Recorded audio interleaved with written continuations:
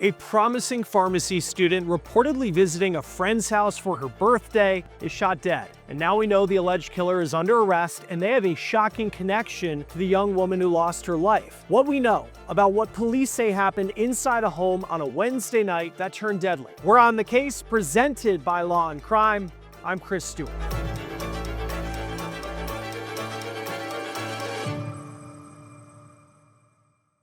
We're following a murder case out of Milwaukee, a shooting between two friends on the alleged killer's birthday. Now, this is 26-year-old Ariel Spillner. Friends are remembering her as a radiant soul who left this world far too soon. She was a pharmacy student at Concordia University, Wisconsin. She was a third-degree black belt. She also played college basketball. She graduated undergrad with a degree in chemistry, and she was on her way to receiving her master's. Her family said that she had 1 year left of school. She was born and raised in Wisconsin. She loved the Packers, hunting, fishing, and family. She also was a self-proclaimed Disney adult who dreamed of moving to Florida once she graduated school. Her TikTok shows her as someone who liked to have fun with her friends. Now, there is more information coming to light on how this young, bright woman lost her life. When this story first broke last week, the details from law enforcement were somewhat sparse, other than Spillner was the one who lost her life. She was shot and killed inside a home at the corner of 39th and Lancaster in Milwaukee. A family member of Spillner's told WISN-TV that on the night of November 4th, Spillner went over to a friend's house. It was around 8 o'clock that night, and Spillner had spoken with her sister on the phone before she left. Her sister told the TV station when the two of them hung up, the last thing they said to each other was something they always say, and that was, "I love you." Now, Ariel was heading to a friend's house to celebrate that friend's birthday, but her sister did point out to the TV station that Ariel had a big test later that week, so she didn't believe that Ariel was going to be out that late. But then it was at 9:43 p.m.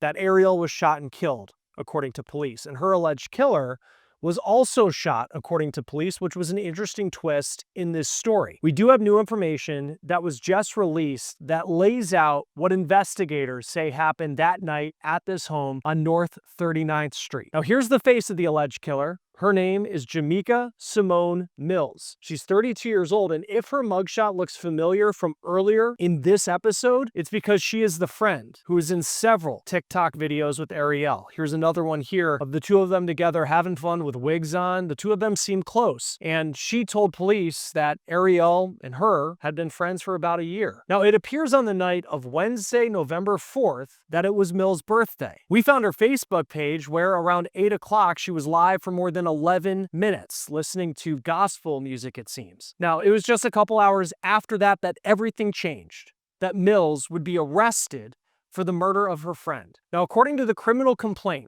Mills first told police when they arrived that she couldn't remember what happened. She said that she remembered being in the living room, and then she woke up in the hospital, and she had no idea what happened in between. She also first told police that she thought Spillner had shot her. Police say that Mills accidentally shot herself in the stomach. Now, police pressed Mills at the hospital, and according to this criminal complaint, Mills allegedly said that she and Spillner had smoked weed that night, and she became paranoid. Spillner was supposed to cut her dog's hair with scissors, and that's when police claim that Mills said she became paranoid. So, Mills allegedly went to her bedroom and got her gun. When she returned to the living room where Ariel was, she said that Ariel made a hand motion, and that is when she allegedly fired the shot that killed Ariel Spillner. She said that Spillner never made a threat about scissors, though, and she even allegedly admitted she never saw scissors at all. Now, again, all of this is according to police. Mills' sister-in-law was at the house and told police that she was in the other room, and then she heard something along the lines of, "B-word,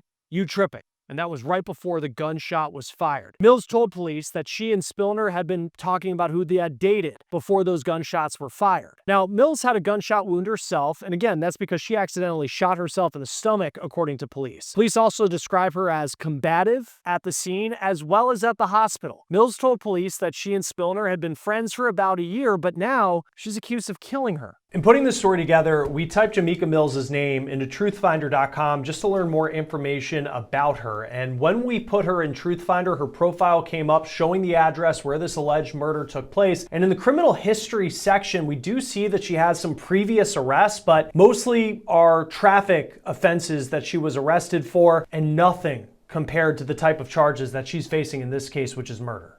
Our partner TruthFinder is the powerful public records search service that we use to do research here on Law and Crime. And it's a very useful research because you plug in a name, you get address information, criminal history like we were just talking about, and much more. And it can give you some peace of mind. TruthFinder is one of the largest public records search services in the United States. And with a paid subscription, you get access to unlimited reports about almost anyone, and that includes looking up registered sex offenders in your area. So stay informed, stay safe, search public records with TruthFinder at truthfinder.com/OTC. Mills is facing a charge of first-degree reckless homicide. That is a charge that carries a sentence of up to 60 years in prison. She is also facing a modifier of use of a dangerous weapon, which can add 5 years to that up to 60-year sentence. According to online court records, Mills is being held on a $150,000 bond, and she is being represented by a public defender. Joining us now to talk a little bit more about this case is attorney Joe Tamburino. It's always great to have you on Law and Crime. Very sad case here with the loss of Ariel Spillner, this pharmacy student, allegedly at the hands of her own friend, who appears to be arguing that, or at least from what she allegedly told police, that both of them consumed marijuana. She became paranoid, and that is the reason that she fired the gun that killed this young woman. What do you make of that defense? Well, it's a horrible defense because in Wisconsin, as in most states, there is no defense of I was too high, I was too drunk, therefore I'm not responsible for my actions. The only time that really ever is a defense is if it's involuntary intoxication, which just never happens. That's if somebody basically strapped you down and gave you hallucinogens or somehow, made you consume some type of drugs or alcohol. It just never happens. In this case, and clearly, I mean, murder is a far more serious, charge to be hit with on this. But the fact that in Wisconsin as well, like it's illegal to smoke weed recreationally, as opposed to like in Illinois, you can go buy it. Does that hurt any sort of defense as well? If she tries to even get sympathy from a jury that, oh my, like I didn't realize I would act this way if I consumed this marijuana. I don't think so, only because regardless of whether marijuana is illegal in a state, times have changed so much. I mean, I started doing this business in 1989, and the opinion on marijuana users from back then till now is night and day. So regardless of whether or not it's legal in your particular state, and in federal law it's still illegal, the use of marijuana is so commonplace today. Yeah, and the thing is, it seems like, just reading from the criminal complaint, that eventually the story got to the point that she consumed marijuana. They both did, allegedly, and then she became paranoid. She goes and gets the gun. Then there's some sort of hand motion, and she fires the gun that kills Ariel Spillner. What do you make of the fact that it wasn't that answer right out of the gate? I mean, does that hurt even an argument if you were trying to get sympathy from a jury, where I know you can't argue that, it wasn't, the weed made me do it isn't a good argument as it is. But even the fact that it doesn't seem like that was her first story that she told police. Right. And that's what you're getting at, Chris, is this. If you are going to give a statement when you're arrested and not request an attorney, which is always a pretty bad idea to do, but if you decide to do that, you got to make sure your story is consistent. And hers is not consistent, because one of the ways anyone's credibility is attacked is when you challenge them on giving inconsistent statements. Your stories change. That's just terrible for one's credibility. Well, and with that too, I would imagine most people in Wisconsin don't know that it is illegal, or it's not a defense that would work to say that I consumed marijuana, I became paranoid, that's not just a defense that would work in a criminal court. It's not. And I would think most people with common sense would know, look, if I voluntarily consume a controlled substance or alcohol, I'm not going to have a defense. Think of it this way. If voluntarily consuming alcohol or drugs was a defense, how would you ever convict anyone of DWI? It would be impossible. You would just say, oh, officer, I was drunk. I didn't know what I was doing. So of course the law doesn't allow that. So I think any juror with common sense is going to know, regardless of whether it's alcohol or marijuana, if you voluntarily consumed it, you're not going to have a defense. And then also just kind of looking at this situation and how it played out, where I believe it's Mills's sister-in-law was in the other room, and she hears a quote that was written in the criminal complaint, B word, I can't say the word here, but B word, you tripping, and then we hear the gunshots allegedly inside the house that take the life of this young woman. If that is presented, if this would even get to trial, and you have a witness on the stand saying that she heard that, what would that mean for how this case could go? Pretty bad for the defense, because think of it this way. You have a lot of factors here, allegedly, that would even support premeditation and pure intent. What are they? That supposedly Ms. Simone left the scene, went to go get the gun, a gun that she had some purchase order for. It sounds like she recently purchased it. And then come back to Ms. Spillner and then say something derogatory toward her and then shoot her. I mean, all of that adds up to a lot of intent if the state's able to prove it at trial. So, yeah, they're horrible facts. And I think, too, I mean, is there anything on when you look at this, because you go through like what, just reading this criminal complaint and the story of when police get on scene, you have this suspect who, goes from I didn't know what happened, I blacked out, to we took marijuana, smoked some weed, and then I ended up getting paranoid. I went and go get the gun. The sister-in-law is saying B word, you tripping, and then boom, there's a gunshot. I mean, is there anything for a defense attorney that they have on their side in this case at this point? It's difficult to see. I would imagine if it goes to trial, the defense will probably ask for a lesser included. Right now, she's charged with a Class B felony, which is up to 60 years. So perhaps the defense at trial would try to get something like a Class C or D felony just to lessen the blow. But what she also has is basically something called an enhancer, something that adds to the criminal charges. What's that? In Wisconsin, it's the use of a firearm in this case. And what that means, and you could see it in the complaint because it's spelled out, what that means is if the defendant is convicted, they get an extra 5 years, 60 months on top of what they would normally get. So, Ms. Simone is just facing basically the rest of her life in prison. What would it be to be a Class A felony? Because considering in this one where it is, she leaves the room to go get the gun allegedly, and then apparently, there was something that led her up to the moment that she said that she was tripping, and then boom, the gunshots are fired. I mean, what would it take for that to be even more serious than the charges she's facing here? A premeditated type of crime, but that's sometimes very hard to prove.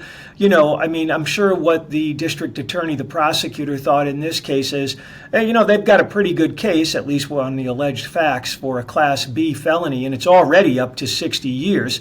So perhaps they thought instead of going for the Class A felony, they would just stick with what they have. If for the defense attorney who comes in, I mean, how do you approach this case? I mean, I'm sure if you have this client, and I know she's going to be represented by a public defender, you read this criminal complaint, and assuming that it's all after her Miranda rights were given to her, how do you approach this case and put anything together that can help your client? One of the things you have to do is go through your client's history. Perhaps your client had some mental health issues in the past. Maybe they've been hospitalized for that. Maybe they've had other situations where there were mental health breakdowns, some type of mental health disease. So you go through all of that. You also go through your client's chemical history. I would imagine in this case they took blood from the defendant. Many times they do. So you could see what those test results would be.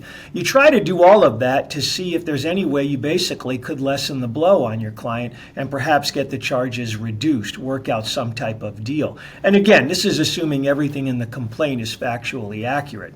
Now, we're not going to know a lot more about this case until it literally goes to trial, because from now till there's a probable cause hearing, even the defense doesn't know what's happening other than the complaint. You don't get access to police reports and such. In a case like this, where it seems that she was aware that what she did, at least from the criminal complaint, where if she has some sort of mental health issue in the past, like how could that come into play to help, assuming that she couldn't reach the bar of pleading insanity? Well, you bring up a good point about, when she said she realized what she did. Think of it this way. What would have happened if she would have said, "What happened? I don't know what happened. I truly don't remember." And they then stuck with that story. Well, that would be a lot better for her defense because that would go to or support some type of argument that she had some mental health disease or defect which prevented her from understanding what she did. But that wasn't the case here. If what the complaint says is accurate, she starts off by saying, "I don't remember," and then clearly within a short period of time says she does, but, she was paranoid, but she knows that a gun could obviously hurt someone. So she's all over the place with that. Yeah, and the other part too is I guess Ariel was going to go to her house to help groom her dog, and there was something about scissors, and that apparently made her paranoid. But it's also noted specifically by police that there weren't any scissors in sight, nor was there any sort of threat ever made about scissors. Like, how does that kind of just factor into this story that police is telling? Very bad for the defense because, when you bring up the situation of the alleged victim having some type of weapon, one might think, okay, is the defendant raising some type of a self-defense defense? But I think that's going to be difficult here for what you just stated, which was the police didn't find any scissors.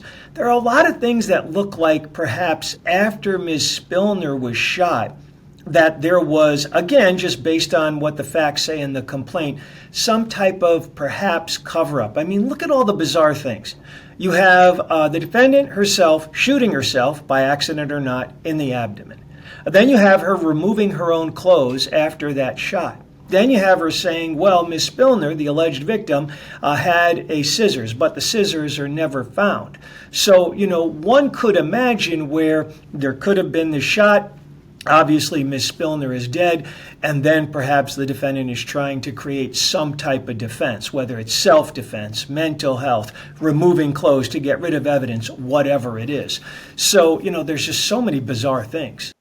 Well, and she allegedly shot herself accidentally after this in the stomach. Who determines at the hospital that a suspect is medically able to communicate with police about what happened? Because it seems that, she goes to the hospital for a gunshot wound, which is pretty serious. I mean, not serious enough that she couldn't be put into, she's in jail right now. But who makes that decision? Well, it depends on the medical situation, and that's going to be case-specific and hospital-specific. I would imagine there are some hospitals that have policies.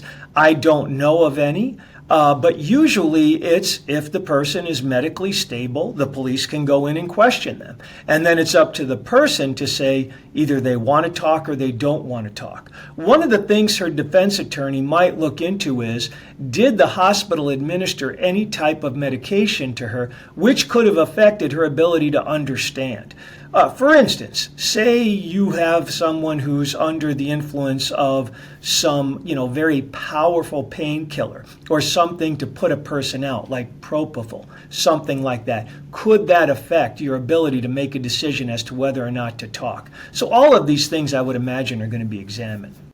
In the criminal complaint, Mills, the suspect, says that both she and Spillner were consuming this marijuana, and I'm sure there will be toxicology tests run on the victim as well as the suspect. Could that open the door for the defense to make some sort of involuntary argument where it was Spillner allegedly that brought the marijuana to the house, and then she consumes the marijuana, and you can in some ways put the responsibility on a person who's not here to be able to testify to say whether that's true or not? It's not going to help the defense with that, because the only time that a person providing controlled substances to someone else would really get into such serious trouble is when that person who consumes the substance dies or is somehow, egregiously harmed, something like that. And that's not the situation here. And then I think of the relationship between the suspect and the victim. And from what we can tell, this was a friendship. They were reportedly over at Mills' house because it was Mills' birthday. This wasn't a confrontational type of relationship like a domestic violence case that then leads up to the murder of someone. For the defense, could that factor into anything to kind of lessen the blow if this ends up going to trial, or how this plays out, that maybe it was deliberate, allegedly, in the way that, she says she was paranoid and she fires this gun, but in general, you look at this relationship and it wasn't the ones that are toxic and then suddenly reached ahead where somebody died? Yes, it could help the defense. The latter of what you said, which is this is not a relationship that there was any animosity between them. They were friends. And why would the defendant want to kill her friend, intend to kill her friend? And the only way to explain it is that she had some type of mental disease or defect, something that made her do something that she would otherwise not have done. And it seems like this is just as we've been talking, this is a tough case for the defense, these public defenders who are going to be here. I know she has a preliminary hearing. I think it's Monday next week. How soon after that hearing could the conversation start of what a plea deal could potentially look like? Well, plea deals could happen at any time.